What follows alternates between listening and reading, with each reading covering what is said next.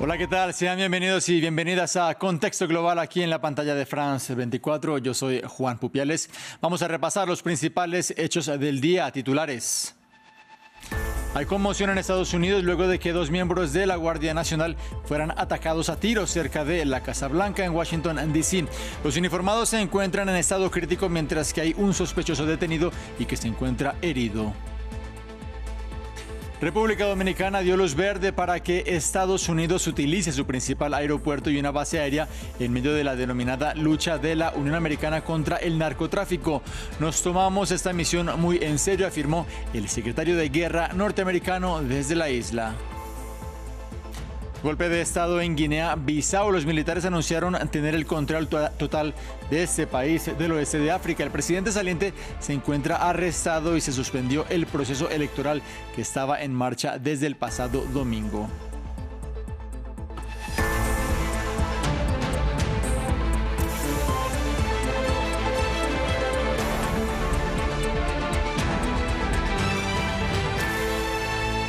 Es tensa la situación en Estados Unidos. En las últimas horas, dos miembros de la Guardia Nacional fueron atacados a tiros en Washington, D.C. y se encuentran en estado crítico. De acuerdo con el FBI, fue un atentado dirigido. Han sido momentos de confusión en la Unión Americana luego de que inicialmente el gobernador de Virginia Occidental, Patrick Morrisey, diera a conocer que los militares habían muerto. Fue el director del FBI, Kash Patel, quien compareció para entregar más información acerca de esa tragedia que tuvo lugar cerca de la Casa Blanca. Según Patel, una persona empezó a disparar a los soldados. Ese sospechoso se encuentra en custodia y resultó herido. Donald Trump prometió que el hombre pagará un precio muy alto por el ataque. Ya el Pentágono anunció que se enviarán 500 efectivos adicionales de la Guardia Nacional a la capital. Aproximadamente a las 14:15 horas de la tarde, miembros de la Guardia Nacional estaban patrullando el área de la calle 17 con calle noroeste cuando un sospechoso vino a la esquina, alzó su brazo con un arma de fuego y la descargó contra los miembros de la Guardia Nacional. Otros miembros de la Guardia estaban en el área.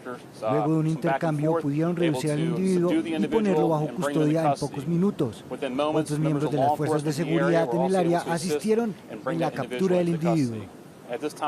Mientras tanto, continúan los avances de Estados Unidos en el Caribe en medio de una cuestionada operación contra el narcotráfico que deja decenas de muertos. Pete Hegseth, secretario de Guerra, llegó a la República Dominicana y se reunió con el presidente Luis Abinader, con el objetivo de ampliar la cooperación binacional en temas de seguridad. El gobierno caribeño dio a conocer que Washington podrá usar de manera temporal el Aeropuerto Internacional de las Américas y espacios restringidos en la base aérea de San Isidro. La criminalidad no conoce fronteras, ya sea en los Estados Unidos de América y en Washington, D.C. o en el Caribe y en el hemisferio occidental. Vamos a perseguir a los narcoterroristas, no lo permitiremos. Nuestras fronteras estarán aseguradas, ya sea en la República Dominicana o en los Estados Unidos de América. Y esperamos trabajar con nuestros socios para lograrlo. El presidente Trump cree en un principio claro: la paz a través de la fuerza. Se consigue la paz siendo fuertes. Vamos a Perú. Este miércoles la justicia de este país condenó a 14 años de cárcel al expresidente de la Nación, Martín Vizcarra, tras hallarlo culpable de aceptar sobornos del gremio constructor a cambio de obras públicas cuando era gobernador de la región de Moquegua entre 2011 y 2014. El ex jefe de Estado afirmó que la condena no era sinónimo de justicia, sino era una venganza. Hugo Caro Jiménez tiene los detalles. La justicia peruana condena al expresidente Martín Vizcarra por corrupción. Ese fue el veredicto que dictó un tribunal este miércoles, que halló culpable al exmandatario de aceptar sobornos equivalentes a $676.000 de empresas constructoras a cambio de obras públicas mientras era gobernador de la región de Moquegua entre 2011 y 2014. La sumatoria pena concreta total son 14 años. En consecuencia, la pena a imponerse al acusado Martín Alberto Vizcarra Cornejo será de 14 años de pena privativa de la libertad. Durante el juicio que comenzó el pasado octubre, el exmandatario negó los cargos, bajo el argumento de que estaba siendo víctima de persecución política. Vizcarra, que ahora deberá ir a prisión, llegó al poder en 2018 tras la renuncia de su predecesor, Pedro Pablo Kuczynski, para ser destituido solo 2 años después en medio de investigaciones por corrupción. Ahora el acusado asegura que su hermano, Mario Vizcarra, quien planea postularse a las presidenciales de 2026, representará su legado. Me han sentenciado por enfrentar al pacto mafioso. No es justicia, es venganza, pero no me van a doblegar. La respuesta está en las urnas. Mi hermano Mario Vizcarra continuará esta lucha por ustedes. El Perú es primero y nadie podrá silenciarlo. Con la condena a Vizcarra, la crisis política e institucional en Perú se reaviva, con 6 presidentes en el poder desde 2018, debido a juicios y renuncias impulsadas por escándalos de corrupción. De hecho, los expresidentes Alejandro Toledo y Ollanta Humala también han sido condenados por corrupción, mientras que el exmandatario Pedro Castillo se encuentra detenido por presunta rebelión. En Brasil, el presidente Luis Ignacio Lula da Silva se pronunció al respecto de la confirmación ayer martes de la condena a 27 años contra su predecesor Jair Bolsonaro. El país suramericano dio una lección de democracia al mundo con este proceso, manifestó Lula. El jefe de gobierno dijo estar feliz, pero no por la encarcelación en sí, sino porque, según él, la nación demostró que tiene la madurez suficiente para ejercer la democracia en su pleno sentido. Recordemos que Bolsonaro fue hallado culpable de intentar un golpe de Estado luego de perder las elecciones en 2022. Continuamos en Guinea-Bissau, en África. Un grupo de altos mandos del ejército anunció que tomaron el control del país africano, dicen hasta nuevo aviso, días después de las elecciones presidenciales. Según testigos, el miércoles se escucharon disparos cerca de la sede de la Comisión Electoral, el Palacio Presidencial y el Ministerio del Interior, que duraron aproximadamente 1 hora. El país, en la costa occidental de África, ha sido constantemente sacudido por golpes e intentos desde su independencia de Portugal en 1974. Es el único territorio de África considerado como un narcoestado por Naciones Unidas. Veamos el informe.